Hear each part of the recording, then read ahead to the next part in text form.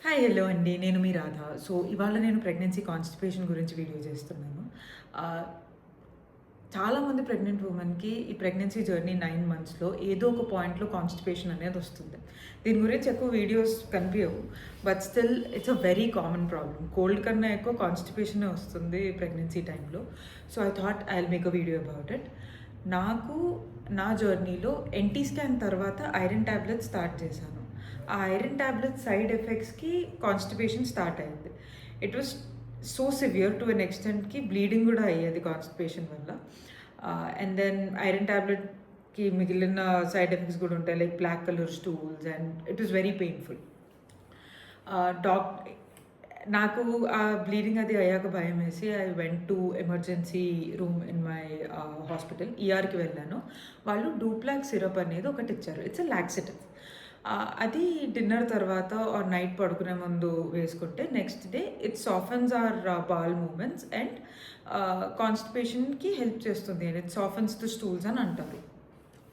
నాకు నాకు డూప్లాక్ సిరప్ అది అంటే మా ఇంట్లో పెద్దవాళ్ళకిచ్చారు. అండ్ కొంతమందికి మోషన్స్ అయ్యాయి. ఇన్ జనరల్ నాకు సిరప్స్ అవి ఇనీషియల్లీ వేసుకోవాలంటే ఇమ్మీడియేట్‌గా భయం. వాళ్ళ డాక్టర్ కూడా ఏమన్నారంటే "నేచురల్‌గా సాల్వ్ అయ్యేటైతే please try that. In case అవ్వకపోతే then go for this laxative syrup" అని.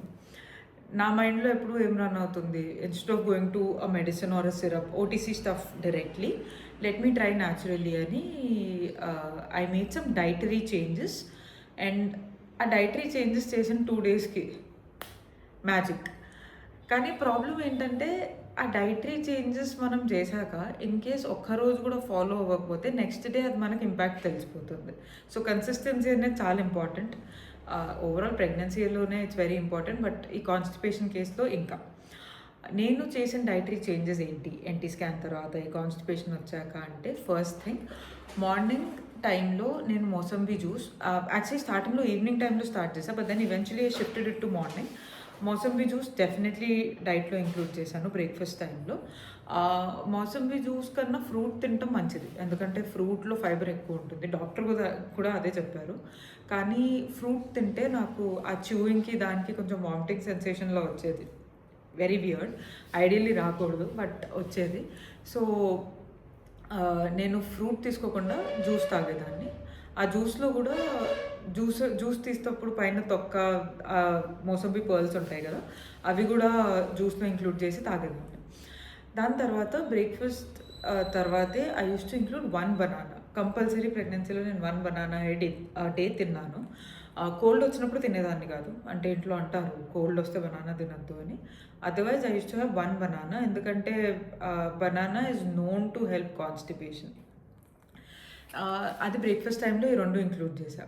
ఫ్లాక్స్ సీడ్స్ అనేవి డైట్‌లో నెమ్మదిగా నేను ఇంక్లూడ్ చేయడం స్టార్ట్ చేశా ఎన్‌టీ స్కాన్ టైం నుంచి.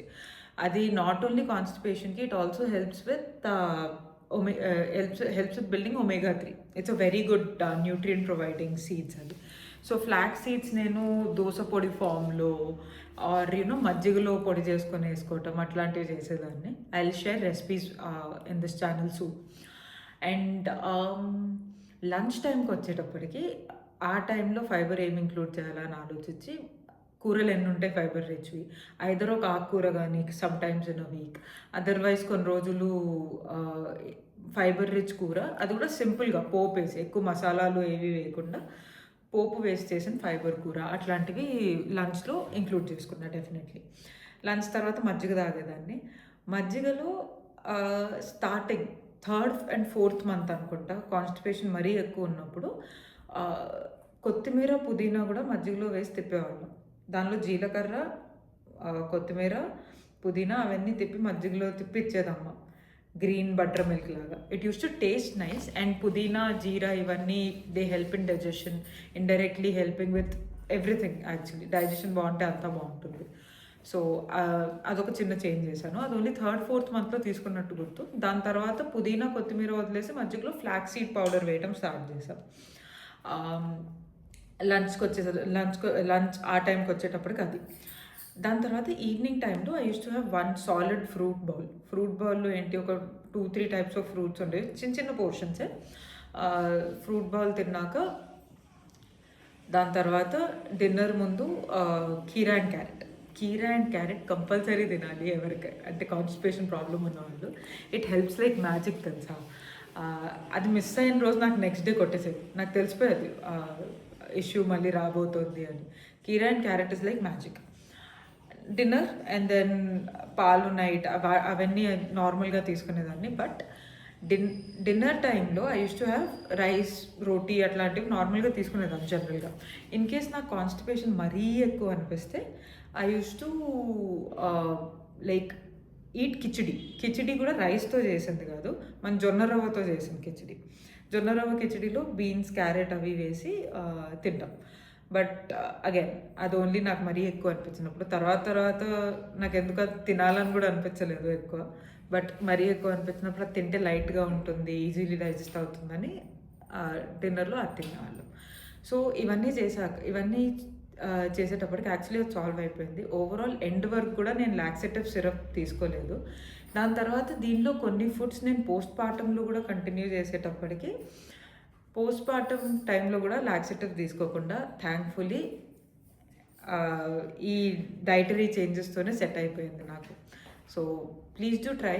So there are some things, gestational diabetes ఉన్న వాళ్ళు జ్యూస్ తాగకూడదు, ఎందుకంటే వాళ్ళకి షుగర్ లెవెల్స్ స్పైక్ అయ్యే ఛాన్స్ ఉంటుంది. సో ఇట్లాంటివి, ఇప్పుడు బటర్ మిల్క్ ఉంది, బటర్ మిల్క్లో నేను సాల్ట్, జీరా, పుదీనా, కొత్తిమీర వేసుకునేదాన్ని. ప్రియక్లంషియా ఆర్ బీపీ కేసెస్ ఉన్న వాళ్ళు ఎక్కువ సాల్ట్ వేసుకోకూడదు. సో ఏ డైటరీ చేంజెస్ చేస్తున్నా మీరు definitely get it confirmed with your doctor or dietitian and then do it. నేను నా డైట్ ఎప్పుడు అప్రూవ్ చేసుకునేదాన్ని. ఇన్ కేసు ఏదైనా మేజర్ చేంజెస్ చేస్తుంటే మినిమం అంటే ఇంట్లో చేసేవి అవన్నీ అవసరం లేదు, బట్ ఇలా ఫ్లాక్స్ సీడ్స్ పౌడర్ ఇంక్లూడ్ చేస్తున్నా ఏదన్నా ఒకసారి నేను డాక్టర్కి చెప్పి అప్పుడు ఇంక్లూడ్ చేసుకునేదాన్ని. Always be careful with what you're eating. మనం డైట్ సరిగ్గా తీసుకుంటే mostly it all sail through well. In addition to dietary changes, water బాగా తాగాలి. 3 to 3.5, 4 లీటర్స్ వరకు కూడా ఓకే. అండ్ దెన్ వాకింగ్ ఒకటి ఆఫ్టర్ ఎవ్రీ మీల్స్ చేయటం చాలా హెల్ప్ అవుతుంది. సో కాన్స్టిపేషన్ ఇష్యూ ఉన్న వాళ్ళు do try these dietary changes. Eventually నేను ఈ రెసిపీస్ అండ్ ప్రెగ్నెన్సీలో నేను ఫాలో అయిన డైట్ రెసిపీస్ అవన్నీ నా ఛానల్లో పెడదాం అనుకుంటున్నాను. Do let me know if you have any suggestions and all the best. Bye.